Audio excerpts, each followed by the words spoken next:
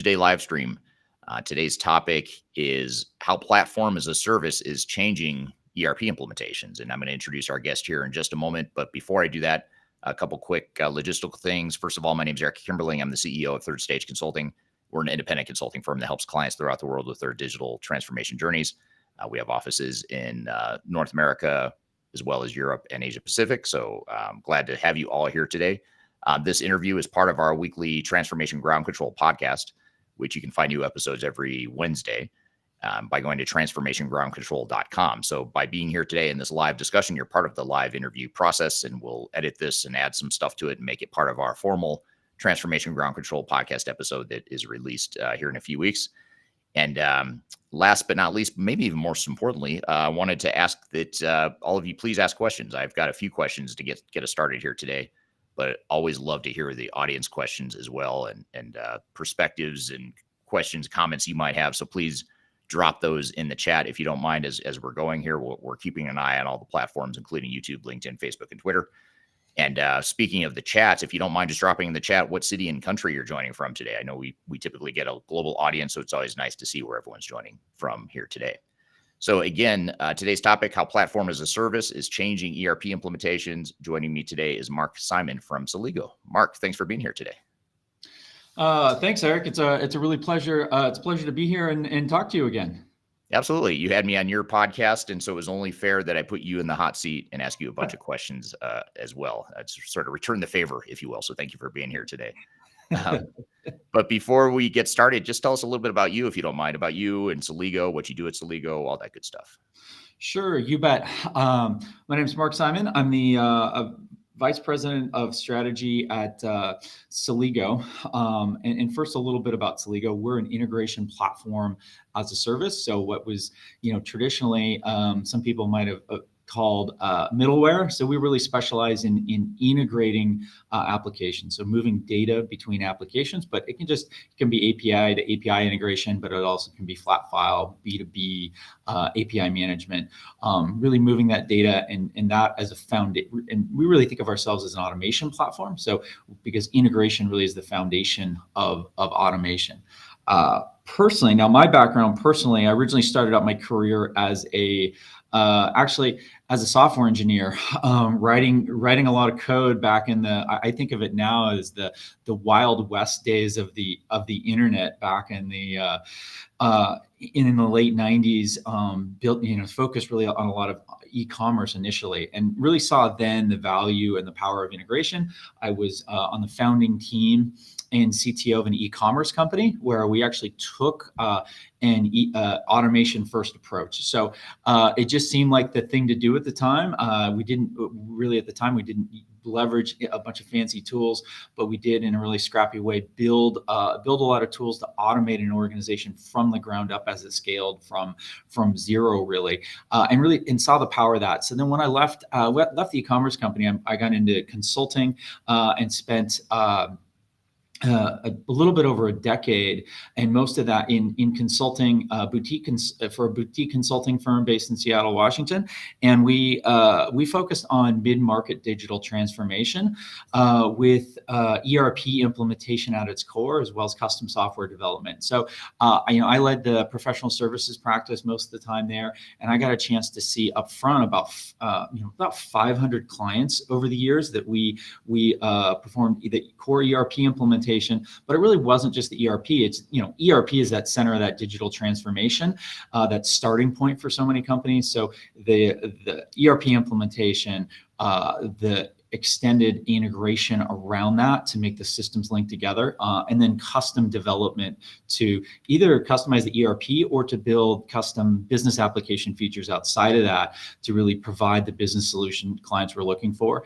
And then from that experience, after we were acquired, I wanted to get into the software action, so to speak. So I joined Celigo when we were about 11 million ARR almost 6 years ago, and I've been with the company again as we've grown tremendously, and now we're over 700 people at this point, and we've got 5,000 customers. So I get a chance to kind of see. I've seen all these things.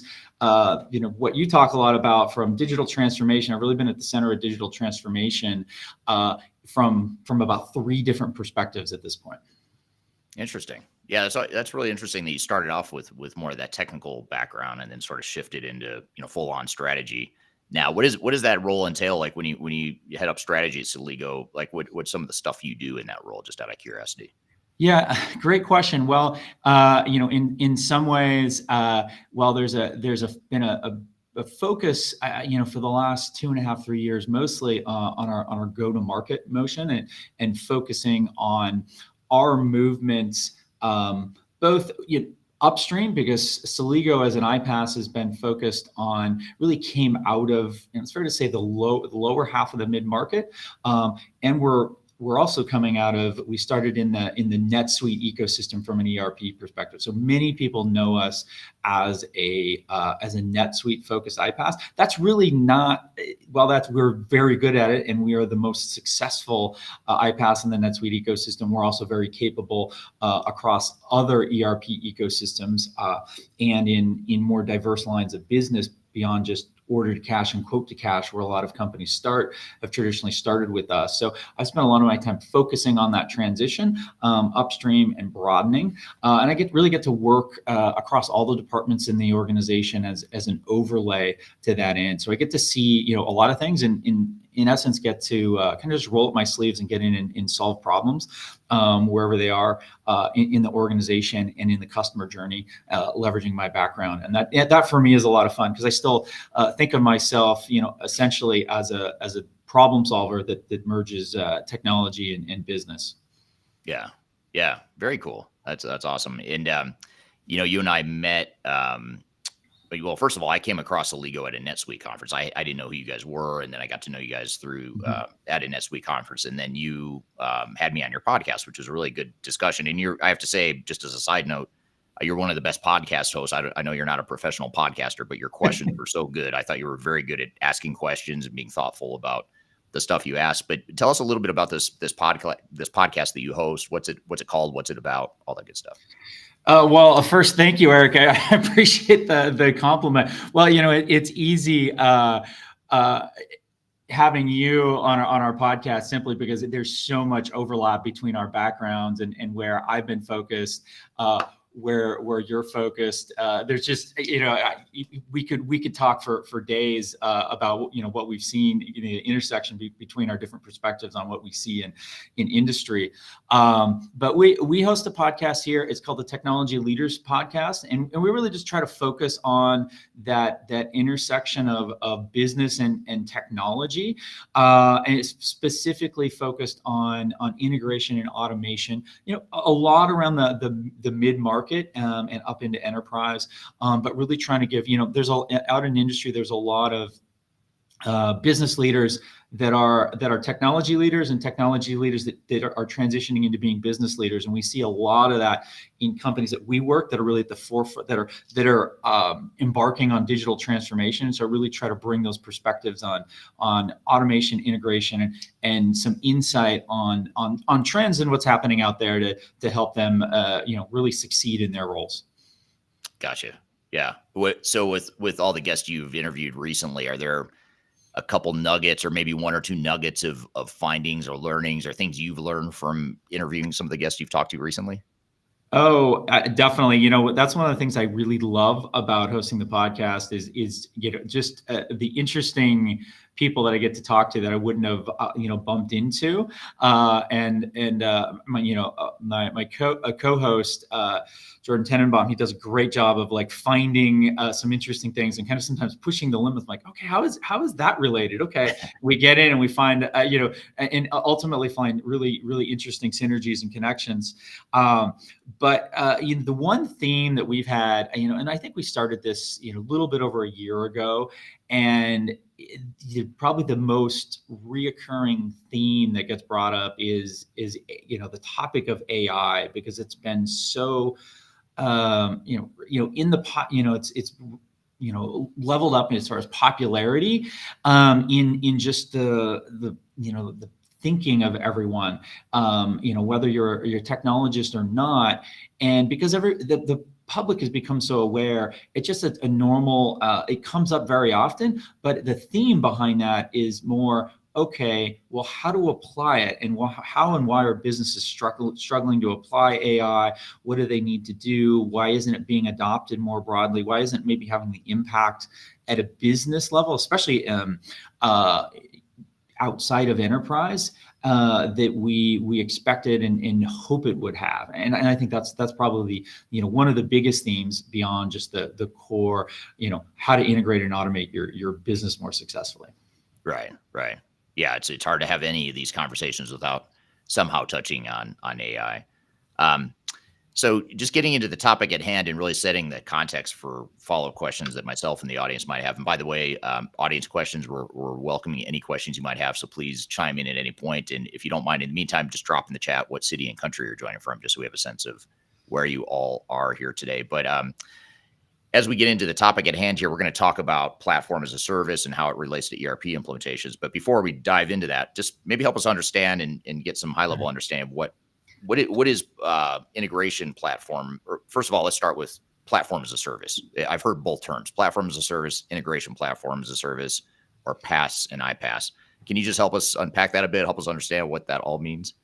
Yeah, so there's certainly a lot of solutions out there that are orienting themselves as platform as a service. So typically, in this move to software as a service, it is a large number of those software applications really think of themselves as more broader based platforms that they're orienting their customers around, giving them a tool set as a platform in order to enable accomplishment of a function, or often several functions. So that platform as a service, almost always a multi-tenant, or very often a multi-tenant cloud-hosted application.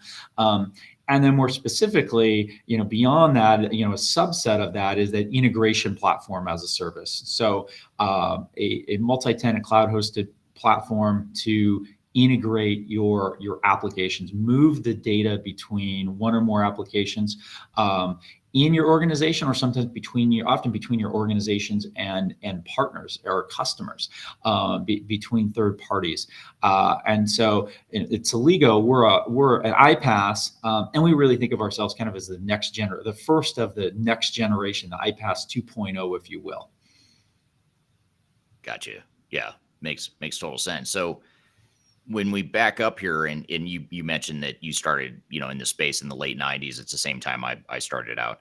I know back at that time, this whole concept of best of breed and platforms and integration, it was almost a bad word and something that is sort of a necessary evil. Like, oh man, we've got to get some middleware. And it's just sort of like, if we can avoid it, let's avoid it. And let's just find, a single ERP system or whatever. How has that changed, in recent years? Or has it changed, I guess, to start? Do you think it has changed? How has this? Well, it's definitely, integration is evolved a great deal, and I think of it a little bit in parallels to how ERP has evolved over the same period of time. But I think integration's been a step or two behind the ERP evolution over the same period.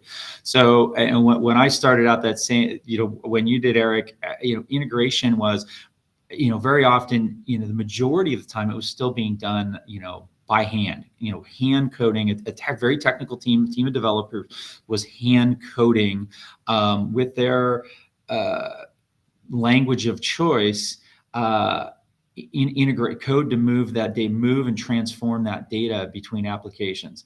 And now at the time, middleware, as it was commonly called, that was really a realm, for the most part, of enterprises, in only some enterprises. And so there really wasn't a lot of options. Microsoft was starting to dabble in some. There were some tools. You had concepts like Informatica and BizTalk were there, but it was especially for smaller companies or faster moving companies, it was really, everything was hand coded throughout, almost all industries to a large extent. And then that started to evolve as really think of it as the first generation of iPaaS players came on the scene. And that's like, think of MuleSoft, and then into Boomi. Those are both two examples of that first gen of iPaaS. And they were really very oriented. So that was typically, those solutions were also very often deployed on-prem. They weren't necessarily, especially those first generations, not cloud deployments. And those are very developer-centric tools. So they're oriented towards providing a better toolkit for building integrations, but they're oriented for developers both to design and build their integrations, but also to manage them.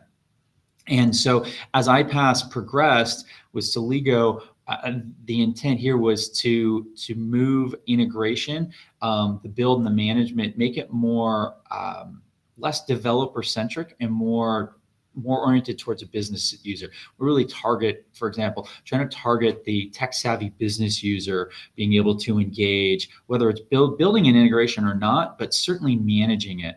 And that has a lot to do with why and how, in what an integration is doing in an organization, and how it's, really acts as a contract between systems when you integrate something, regardless of what you do. And because of that, any change management issues, any endpoint issues, they'll often show up in your integration first. And so an error in integration, for example, is not a technical problem, but it's actually a business process problem. So to manage integration at scale, it's vastly more efficient to be able to pull those business users in, because it lies with those business processes and those systems coming back to being able to resolve those efficiently. And it's a lot more efficient if you can get the business users involved than having this, you think of it as an internal integration development team. Well, that is very, still very common, and we most commonly see, but being able to pair that with the business users more easily provides for a tremendous amount of more flexibility in being able to manage and resolve the integration, just make it more of an efficient process to own that for the organization. Yeah. It makes total sense. It's super interesting how that's evolved, over the last couple decades. Just turning to the audience here real quickly. I want to say hi to Darian in Denver on LinkedIn, and also a comment here from Meherban on LinkedIn. Says, hi, Eric. This is Meherban from Toronto. Loved your book, The Final Countdown. An excellent little overview of BPM and why it's important before selecting software or an SI. So thank you for that. In fact, I just happen to have a copy of that book right here. If anyone wants to buy it, just go to thefinalcountdown.com. And you can also find it on Amazon. Sorry for that shameless plug there in the middle of our conversation, Mark, but had to do it. But that's good. I just ordered mine 2 days ago, so I was like, I have 21 minutes, so it's coming. So you have to let me know what you think of it once you get it. I'll sign it for you next time I see you. But here's a question from Darian on LinkedIn. This is a really good one. I think it's sort of a good segue from what we were just talking about a second ago, Mark. But the question is, are there trade-offs you have to make when going with platform as a service versus monolithic ERP systems? And I think that's a really important point, because I feel like everything you're talking about so far and everything you guys do as a company with Celigo is sort of moving us away potentially, or providing an alternative to monolithic ERP systems, which, the way I would define monolithic ERP systems, for those listening that may not have heard that term or just don't know what it means, that's more sort of your standard single one-size-fits-all integration of a full, one single ERP system. Whereas what you're talking about is, with Celigo and iPaaS in general, is more of a model to integrate multiple solutions. But so how do you make those, or how would you summarize those trade-offs between platform as a service, monolithic ERP? Yeah, and this is something that I've definitely seen in that has been represented in that evolution of ERP over the last 15 years. And I think there was this concept originally that your ERP could and should handle all of your business processes. That the ERP is a single ERP will handle, that monolithic ERP is the best solution to all of your business processes.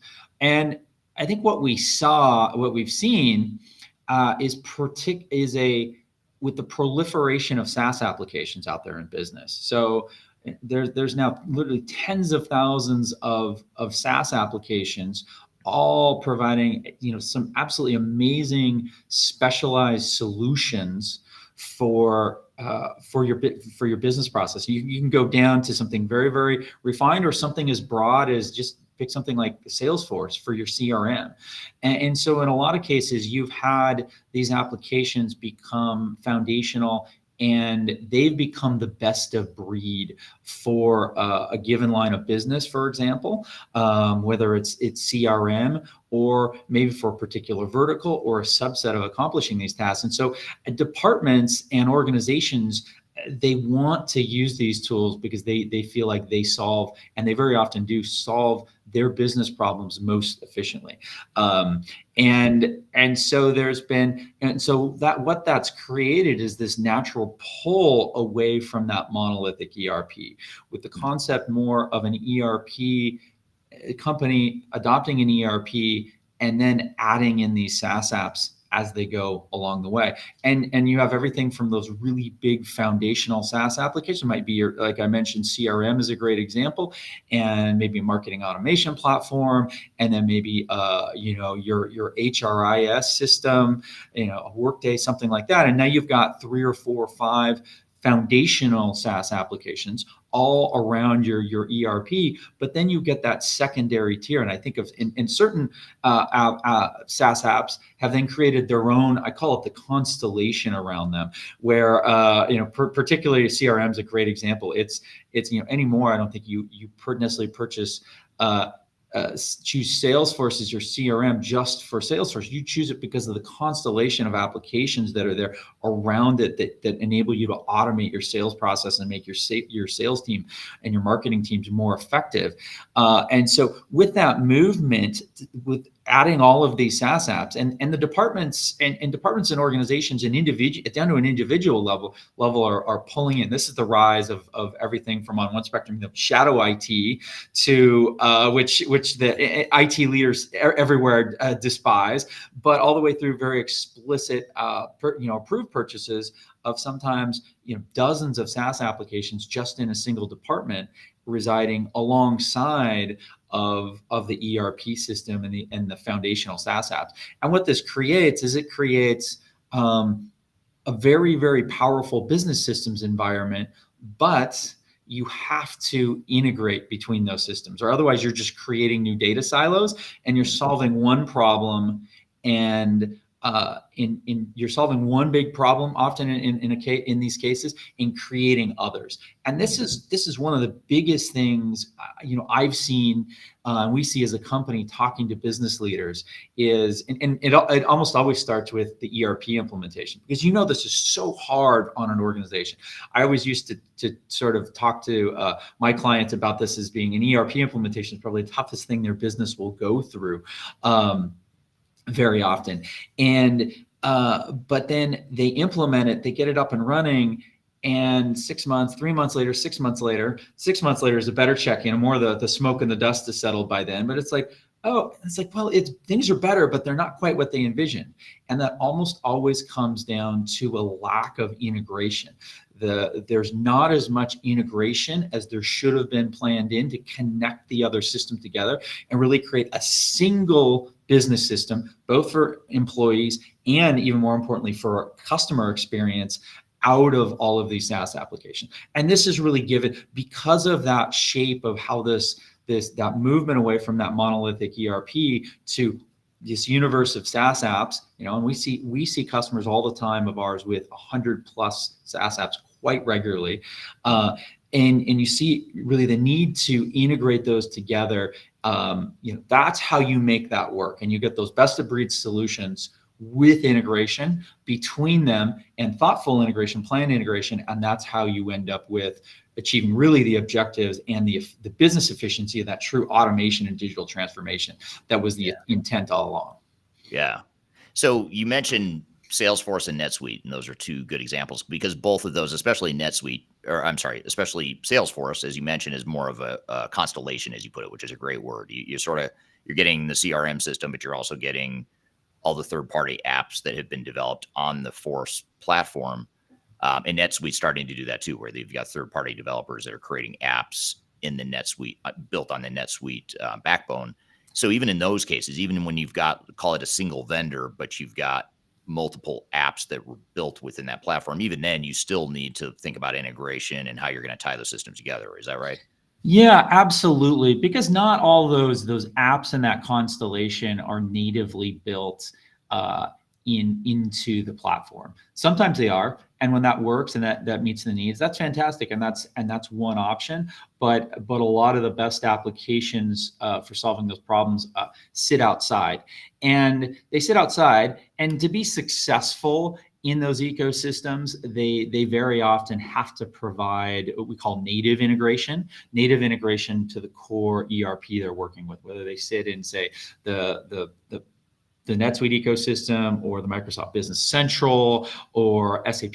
Those applications need to integrate in, but that those native integrations often work at the beginning for more simple needs, but growing companies often move, they grow past what those native integrations can do at some point, and they're limited by them, and they need to then move on to building their own integrations, or shutting down, if they can, parts of the native integration, and then moving to integration that meets their needs more specifically. And I see this very, very, very commonly. Worked great to get started going, the company grows, and they're like, oh, well, we can't do this, or we can't implement the process like that.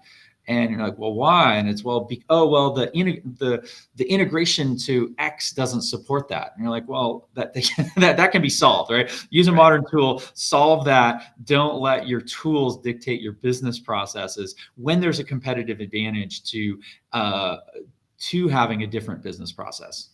Yeah.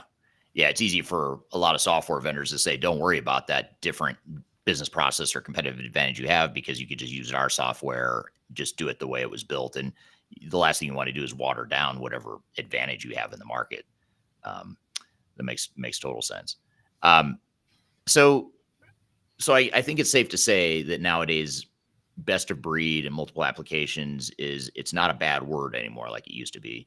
And in many cases, it's a necessity. I mean, even if a company wants to go full on single integrated ERP, which I'll admit a lot of our clients say, hey, let's find a single platform. Let's put just one system, which in a perfect world, that's great. I mean, if you can find that, I'd say have at it and do that. The problem is this is not a perfect world. And usually you might get 70 or 80% of the way there and find that, wow, there's that last 20% or whatever it is that doesn't fit. Our ERP system doesn't quite fit. Doesn't mean you abandon the ERP system, but now you've got to figure out, what am I going to do about that other 20%? Do I go out and find a best of breed solution? Do I find an app that's built within the constellation, as you put it, especially if I'm using Salesforce, NetSuite, Oracle Fusion starting to do the same thing? I think Workday is starting to do it too. A lot of these Exactly. a lot of these software vendors are providing that sort of ecosystem or constellation that people can build third-party apps. So you can go out there and find whatever it is you want, and then obviously use tools like PaaS to integrate it. But how have you seen, clients manage some of the challenges that go along with that? So now, instead of one single ERP system, we might have, say, 5 systems. We've got a core ERP, and then we've got 4 other main operational systems we've got to sort of bolt onto that.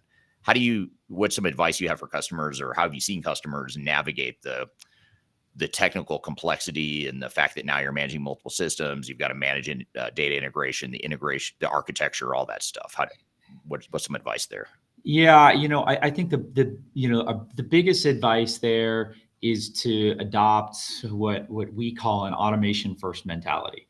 So don't very often integration and automation are thought of. They come in, they're brought in as a band-aid. Hey, we're going to buy these apps, and they think about sort of like very, very obvious, absolutely critical integration, which is where you have to start. But they don't really think about the integration and automation from a full business process perspective. So they get those things up and running, launched, and then they start to be, then they can focus on the second order pain points or issues that are coming up, data integrity problems, inefficiencies, manually their team being forced to manually move data between these systems.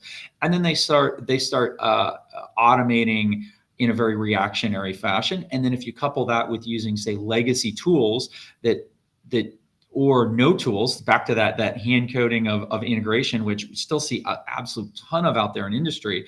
Well, that's now you can't, an organization, nobody has unlimited resources, and so they can't possibly keep up with the pace of change with the new SaaS apps, the changing, the business process evolving.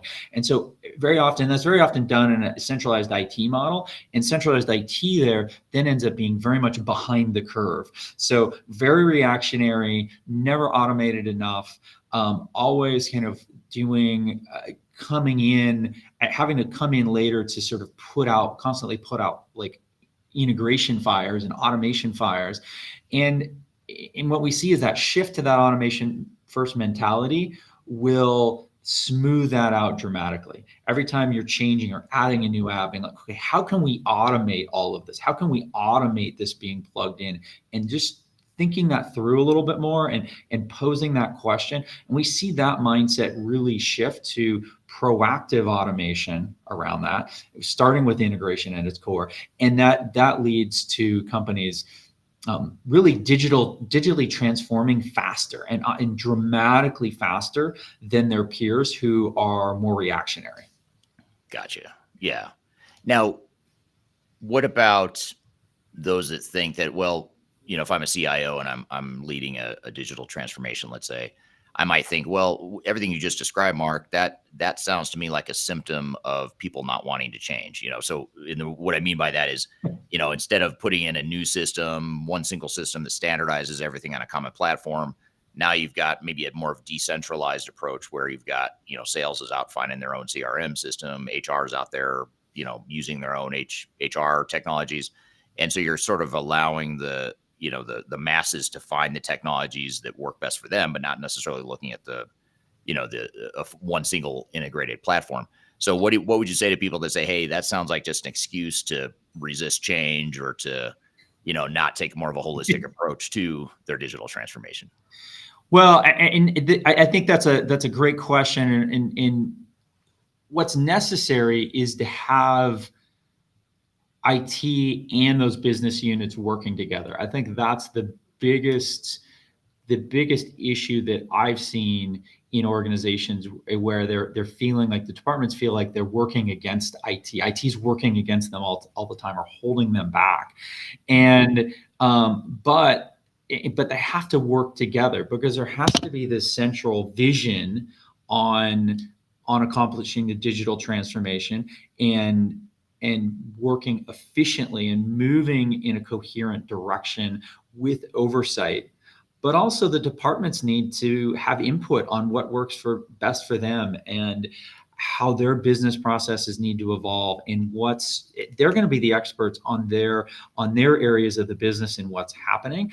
And it's when IT and those business teams really team up together and mesh together in more, we often think of it from an integration standpoint as concept of federated integration. From an integration standpoint where IT is overseeing and managing the integration, but the line of business, the departments are often engaged. Their teams are often get an opportunity with oversight to build their own integrations, to manage them, to be more involved. And that federated concept, those working together, so that you have mission critical decisions and the broader range visionary planning happening from IT leadership, but meshing with the departments. That's really, that federated concept is where we see it working, by far the most efficiently. And those companies simply, they grow faster and they digitally transform at a higher pace. Right. Yeah. And I think, what you're describing here is a way to find what I think is a nice balance between, like you said, having IT working with the business, and you can still have this sort of more of a decentralized best of breed approach, whatever you want to call it, but you can also do it in a more holistic, even though I hate that word holistic. I think most people do. But you can look at it from a big picture perspective of like the entire enterprise. What are our different applications we're going to use in different parts of the enterprise? We might let, certain divisions or departments use their own technologies that fits best for them, but we're going to have a sort of a strategic overarching view of how we tie it all together and how data flows and what the architecture is going to look like and all that stuff. And that's where iPaaS comes in. Is that a fair assessment? Yeah, I think that's a perfect assessment. Exactly. You have to have that oversight and that greater vision on how this is strategically going to tie together. And one of the things I think it's very important in that process from a technology leadership standpoint is always challenging business units, teams, because you can go too far in one direction in this new direction, and teams can adopt too many SaaS applications. They can adopt too many point applications without a plan to have them integrate. And organizations can end up with a lot of overlap within a single department and across the organization. So you always have to be asking, okay, does this make sense to adopt this? Oh, you have a need, but does this make sense? And then conversely, are those things, using those applications, is that in line with the ideal business process? And this is always, I always saw this as the crux of any business systems implementation is, are you customizing the system to your business, or are you going to adopt best practices that are come closer to out of the box, out of the systems that you're acquiring? And that, I think, is always has to be, you always have to have this very sort of challenger mentality around this, and I think that's what IT can help bring. Hey, are we thinking about this the right way? Should we adopt a new application? Is this better? Are we better off maybe using the core ERP and adopting a more best of breed, or is there a clear strategic advantage for us as a business to do something different? Okay, then if the clear answer is yes, then you should invest there. And I think that there needs to be a push and pull there, and a little tension in the business all the time to create the right outcome. Yeah, that makes total sense. Here's another question from Darian on LinkedIn. Darian asks, are there some pros and cons organizations need to consider with public PaaS versus private versus hybrid? And maybe I'll just sort of back up for a second. In the world of software as a service, you have, or I should say in the world of cloud, you have private cloud, you have public cloud, and then obviously you've got on-premise, which is not cloud, but there's sort of the three options there. And then there's the hybrid option as well. Does that also apply to platform as a service, or is it all sort of that SaaS model, if you will? That definitely applies to platforms as a service as well. Definitely. And, there's those trade-offs with those where more of a public PaaS model where you've got multi-tenant applications natively built for the cloud. Those applications typically can be more cost disruptive. They can provide more value because they're able to deploy more efficiently into their infrastructure. And then conversely, it's another added layer of complexity to be able to, and the costs go up to deploy those in a private cloud, or still be able to do that in some type of on-prem capacity, or a hybrid model. And, those are all always increases the complexity of managing it, deploying it, owning it, and those costs come through whether it's still wrapped in a software as a service bubble and handled by your provider, or now you're having to take those costs on internally. Those costs are have to be born somewhere, and so to bear those costs, you have to be just realize that the further you get away from that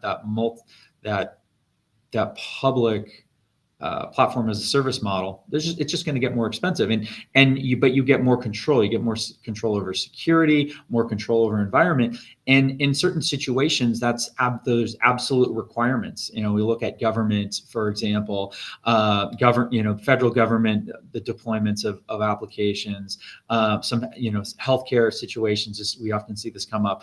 In those cases, it can be absolutely critical and a requirement. There's not an option, but very often there is an option. It's really always assessing or asking, do we really need to do it that way, or is that what are the pros and cons, and assess that, because we see costs going up dramatically for organizations to kind of hold on to this. Okay, we're going to do cloud, but we have to do private cloud, and sometimes it's really not justified at this point.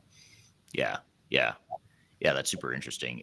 So from a security perspective, I mean, how does when we look at iPaaS and this whole sort of best of breed model and platform as a service in general, how does that affect security? Because I know a lot of times when there's a security breach or systems get hacked, it's oftentimes not the core ERP or the core operational system. Oftentimes it's one of the third-party apps that's been integrated, and there's some sort of backdoor that Yeah. hackers get into, and then that gets them access to the full, integrated suite of applications or the data within it. How does iPaaS and best of breed, does that create more vulnerabilities? If so, how do we overcome that? What do we do from a cybersecurity perspective? Yeah, and I think that approach definitely increases, the best of breed approach certainly increases the security risk. You have more points of entry, and now we're moving more data uh, between these solutions. Very often, SaaS solutions in the public cloud, and so it does create more risk and opportunity for attack. And that's why we've certainly in the integration space, we've seen the awareness of security and the investment in security and management of security around SaaS applications increased dramatically over the last several years. Because that really has to be at the forefront. There's a lot of business value, tremendous business value to be gained from adopting these applications, but only if you conduct your due diligence around security. And I've had an opportunity to work very very closely with our security team as we've grown as an organization here. And I it's very interesting to work with them to assess SaaS vendors and see what's out there. You have to be assessing security of SaaS applications when you purchase them, and be looking at them, go in with you fully aware of the risks you're taking on. Are they a permanent data store? What data is going there? What's your risk profile around that data? What are they doing? Are they SOC 2 compliant? Have they been SOC 2 certified and are audited? Any of the other numerous certification regimes that you may need to fall under as an organization. You have to be assessing your SaaS apps, and this is one of the greatest risks I see with rapidly growing organizations that are adding in very quickly they're and adopting new SaaS applications that they often get in front of, they get out ahead of their security. And so it's critical that that you have the right balance between moving quickly and adopting that new technology, but also making sure that each one of those touch points is secure, and that you're leveraging a platform, a solid, secure platform for that integration. And that is one of the areas that we see as an attack vector often, is some of these homegrown integration approaches to solving problems. It's not anywhere near as secure as an integration platform as a service for moving that data. Yeah, yeah, that makes total sense. So something, it's like you mentioned earlier, you made a comment that really resonated. It's sort of like you just have to assess pros and cons. I'm paraphrasing something you said, but it's sort of like this is all about trade-offs. It's all about risk, and no matter what you do, even if you go with a single ERP system, that creates another set of risks that maybe you've shored up the entry points from a cybersecurity perspective. Let's just say, so great, you've mitigated that risk now because you've got one system. Doesn't completely mitigate it, but at least you've reduced the risk. But now you've created other issues because now you've got a single system, and that puts more pressure on the organization to change. And so now maybe you've shifted the risk from more of a cybersecurity or a technical complexity perspective. Now you're just shifting it to more of a change in an operational risk, because now you're forcing more change on the organization potentially. So I think that's a good point. You've just all of this stuff we're talking about involves risk. We just have to assess the risk and figure out which risk profile and scenario best fits what we're looking for. Exactly. And you have to assess that individually around a given solution and an area of business process in the organization. Some cases it's worth taking on what potentially looks like more risk and investing in mitigating that risk and managing it. And in other cases, it doesn't, and you slide your tolerance for risk in the other direction. I think that's really the key thing for modern IT organizations and security leaders to look at that and be like, okay, well, what are the business needs? Where can we gain business advantage by taking on more security risk and mitigating it in other ways versus, okay, this isn't going to gain us much here. And that's a continual balance. Right. Right. Now, I have two questions at the same time I wanted to ask you. I should probably just pick one, right? Here's one from Third Stage, from LinkedIn that I'll start with. Is PaaS able to change or scale up and down as an organization changes? So as an organization grows, they evolve, you acquire new companies, you enter new markets, whatever, you change. Is iPaaS able to?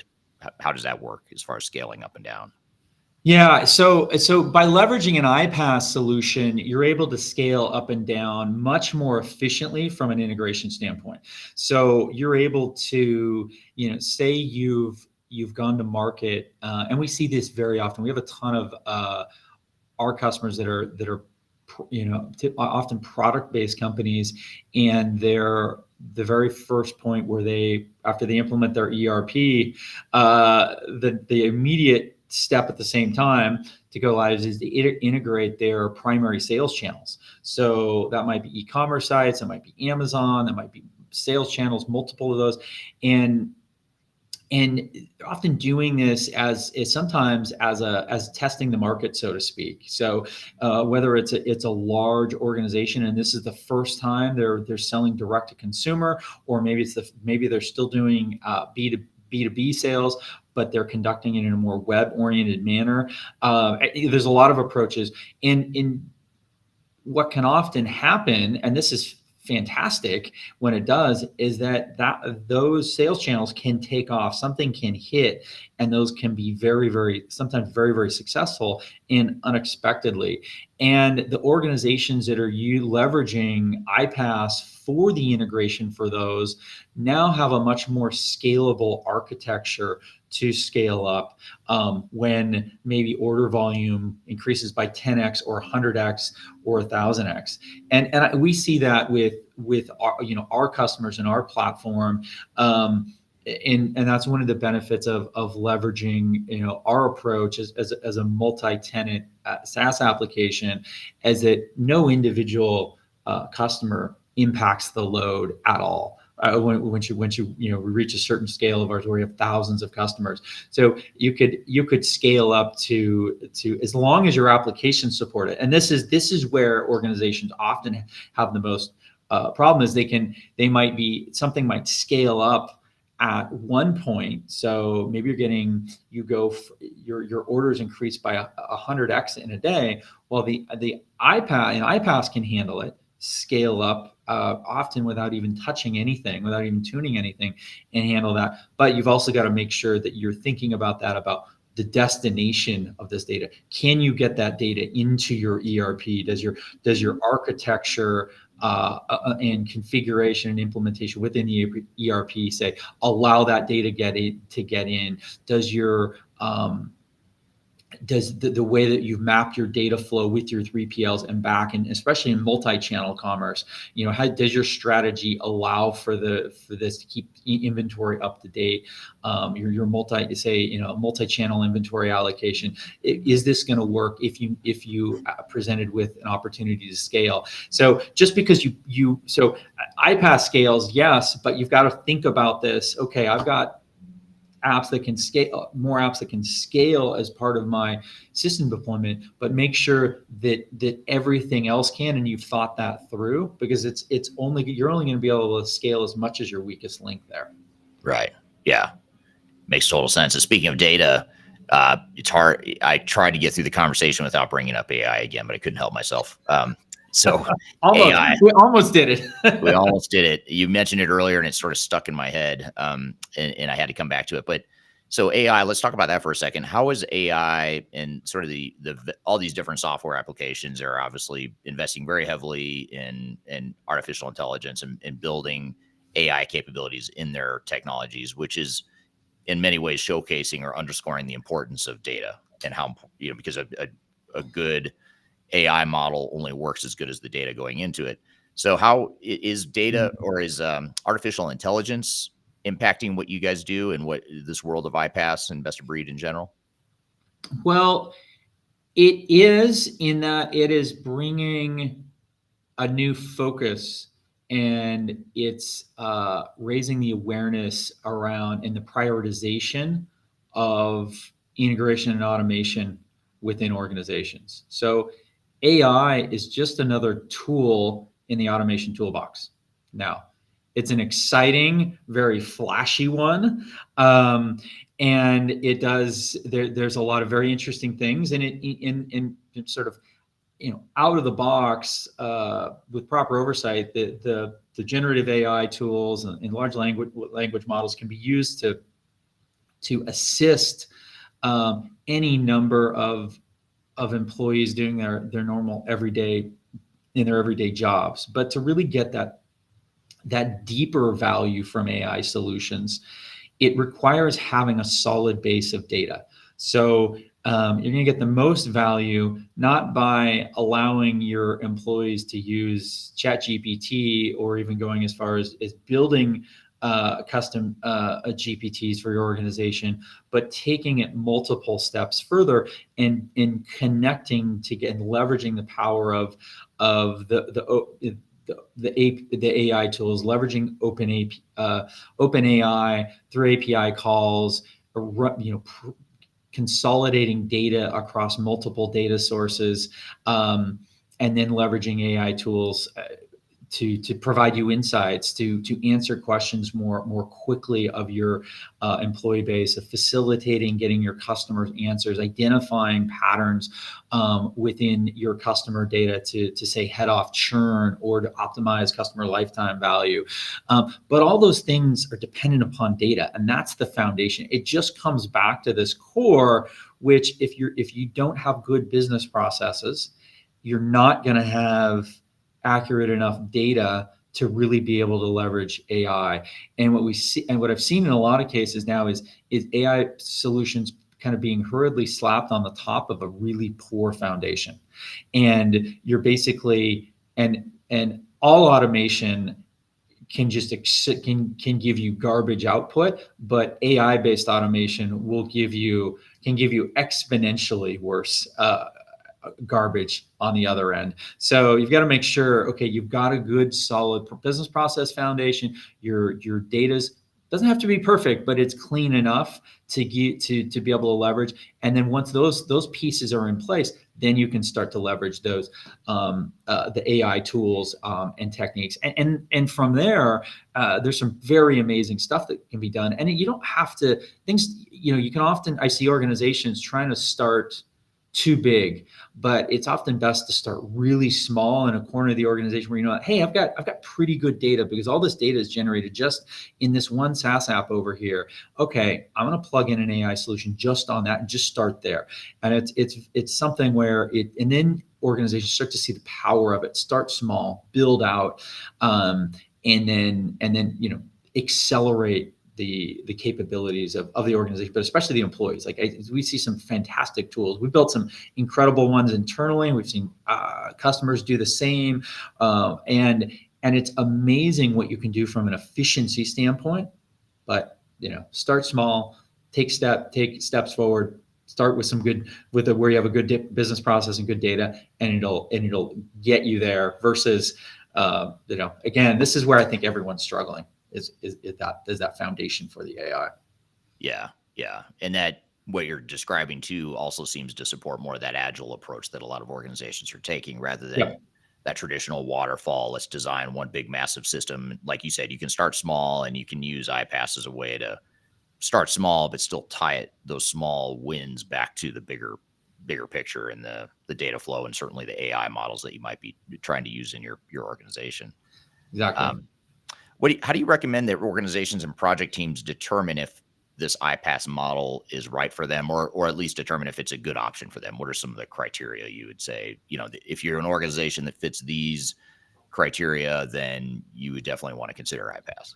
At this point, any organization that's growing, that's modernizing, that's going through digital transformation and trying to automate, needs an integration platform. That you need to integrate to be a modern organization. Maybe if you're a small static org and you're living on legacy applications that have already been integrated, and you're not changing as a business, and you're not growing much, well, you could probably stay there and not touch anything. You don't need an iPaaS, but that's a business that's dying as well. And so any business that is embarking on digital transformation absolutely needs an iPaaS. It is, to have teams internally hand coding integrations or using some of the legacy tools. It's like living in the Stone Age. There are cases where, though, that's still isolated scenarios where that's still the best approach, but by far, for 98% of the companies out there, by far the best approach is to leverage an iPaaS, and particularly at the inflection point in which you're automating. As soon as, like, okay, when you realize, hey, we're automating the business, we're implementing a new ERP, whenever you're touching those foundational systems, that is a great point to be thinking about it. But also, you can come in from another direction, and really anytime you're struggling with data quality or manual, like, oh, this person is moving this data from this system to this system, or we have these problems because this data doesn't line up. Those are all problems that are solved through better integration, and better integration through an iPaaS. And so organizations can start at a very small point as well, or with the big initiatives when they're redoing those foundational SaaS apps. You can take either approach, so big or small, but iPaaS is absolutely the way to go, especially a modern iPaaS that's going to give power to the development, from a development and code-based approach, and give your technical team capabilities, but also leverage those tech-savvy business users. Modern iPaaS will give you much more power and capability to accelerate that automation in the organization than a more legacy one. And I think that's one of the key things to consider as an organization. Yeah, that's great advice. Now, how do you recommend that organizations and project teams that do determine that they want to consider potential iPaaS solutions, or at least consider it as an option for their transformation, how do you recommend they choose the right tool? That's and this is really important. Is to look again. Make sure you're looking at modern iPaaS tools. You also want to pick. There's a lot of players in the space. There's a lot of new players. A lot of things that solve maybe small sectors of the integration problem, but they don't handle the big ones. So I think one of the number one thing is, when I mentioned earlier, is picking an iPaaS that's part of iPaaS 2.0, that's going to give tech savvy business users its access, and so it's not just a developer tools, but you want to make sure you also have development capabilities, and the platform can scale.